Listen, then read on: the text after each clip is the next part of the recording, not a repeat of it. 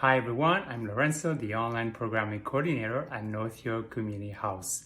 North York Community House is a neighborhood center that has been working with newcomers and residents in the North York area of Toronto for 30 years. We offer a wide variety of programs to help children, youth, adults, and seniors to settle, thrive, and belong in their new lives in Canada. This is our new video series called Wellness Resiliency, and in this video we're going to chat with Morena, one of our wellness ambassadors, about negative self-talk. Let's go. Hi everyone, and hi Morena, how are you? Good, how are you? I'm good. So welcome back again. Yes. So in this video, we're going to talk about self-talk. So Morena, what is self-talk? Give us a very brief definition. Of course. I like to describe self-talk as that constant chatter or inner voice that we all carry in our heads. Self-talk can actually be positive and negative, and it can have an impact on our overall confidence and well-being. So today, I'm actually going to be focusing on that negative self-talk. So remember, that's the dialogue where we might be a little harsh or rude or even overly critical and judgmental. So go ahead.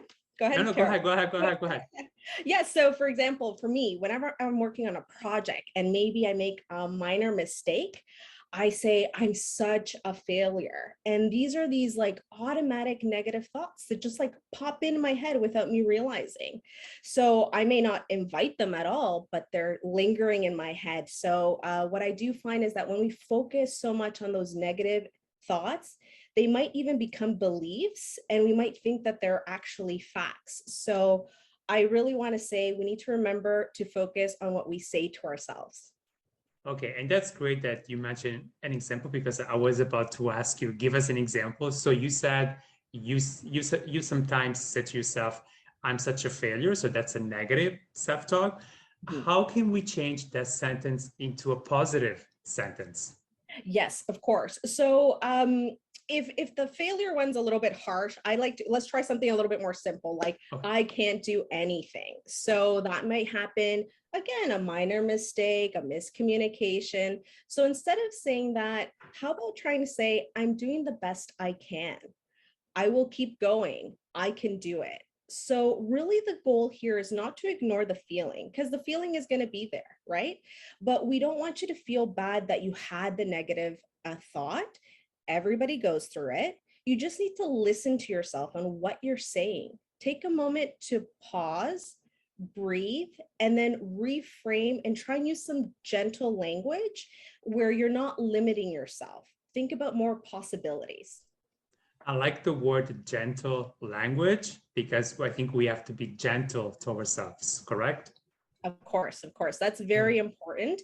And it's not something that comes natural to a lot of people. Like I struggle with using more gentle language as well. Okay. Is there another example that you can come up with?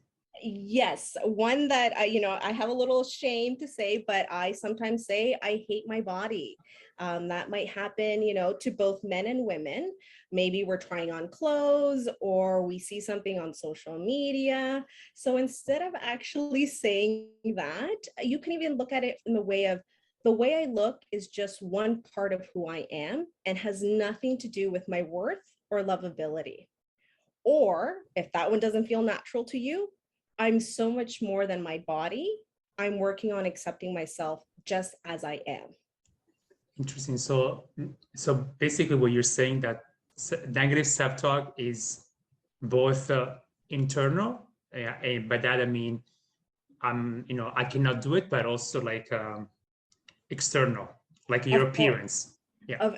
Yes. So negative self-talk can go into many facets of our lives as well. So it can be internal or it can be our appearances, just like you said. So that's why I loved using the example of the body image, because there is a lot that we see on social media and we do that comparison, and that can give us put us into a negative state of mind and where we're not appreciating ourselves of who we are.